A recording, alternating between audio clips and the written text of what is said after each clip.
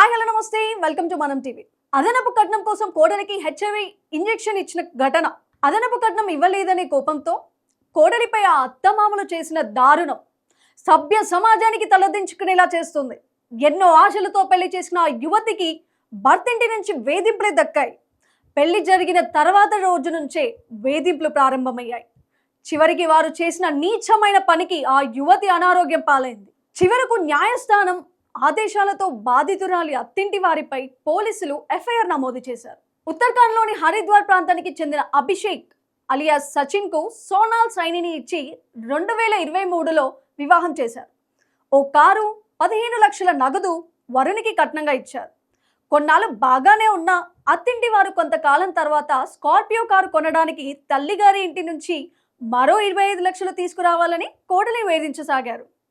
తాము అంత మొత్తం ఇచ్చుకోలేమని యువతి తల్లిదండ్రులు పేర్కొనడంతో ఆమెను ఇంటి నుంచి గెంటేశారు.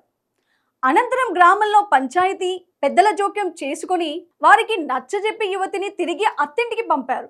కానీ తీరు మార్చుకొని అత్తమామలు అదనపు కట్నం కోసం ఆమెను మానసికంగా, శారీరకంగా వేధించడం మొదలుపెట్టారు. ఎలాగైనా సోనాల్ను అడ్డు తొలగించుకోవాలని అనుకున్నారో ఏమో కానీ అభిషేక్ బంధువులు సోనాల్కు హెచ్ఐవి ఇన్ఫెక్టెడ్ ఇంజెక్షన్ ఇచ్చారు. దీంతో ఆమె ఆరోగ్యం క్షీణించడం ప్రారంభమైంది. వైద్య పరీక్షల్లో ఆమెకు హెచ్ఐవి పాజిటివ్ అని తేలింది.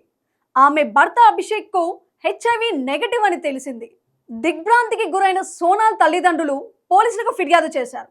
ఆమెను చంపేస్తే తమ కుమారుడికి మరో పెళ్లి చేయొచ్చనే దురాలోచనలో హెచ్ఐవి వైరస్ అంటి ఉన్న ఇంజెక్షన్ను ఎక్కించారని బాధితురాలి బంధువులు ఆరోపించారు. అయితే పోలీసులు నిందితులపై ఎటువంటి చర్యలు తీసుకోకపోవడంతో బాధితురాలు స్థానిక కోర్టును ఆశ్రయించింది. కోర్టు ఆదేశాల మేరకు గంగోహ్ కోత్వాలీ పోలీసులు కేసు నమోదు చేశారు. సోనాల్పై దాడి, హత్యాయత్నం, వరకట్న వేధింపులకు పాల్పడినట్లు అభిషేక్తో పాటు అతని తల్లిదండ్రులు, ఇతర కుటుంబ సభ్యులపై కేసు నమోదు చేశారు.